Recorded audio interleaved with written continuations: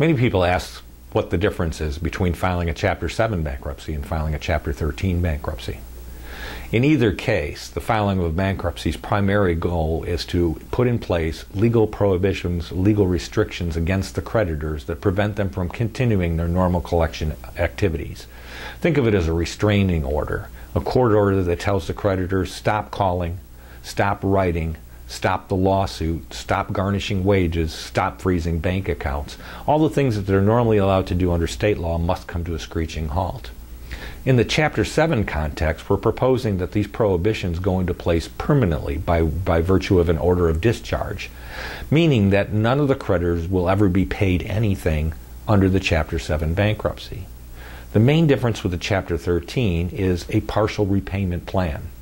Under a Chapter 13, we propose a plan that pays back some of the creditors in full, what we call priority claims, things like the past due arrearages on your mortgage, late car payments, taxes owing to the IRS or the Illinois Department of Revenue.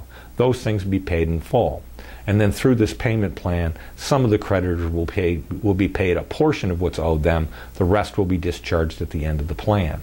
So the main difference between a Chapter 7 and a Chapter 13 is not paying any of the creditors and receiving a discharge immediately, compared to paying some of the creditors in full, paying a portion to the other creditors, and then receiving a discharge after a payment plan. Obviously, who would want to choose a Chapter 13 instead of a Chapter 7 if a Chapter 7 allows you to never pay anything at all?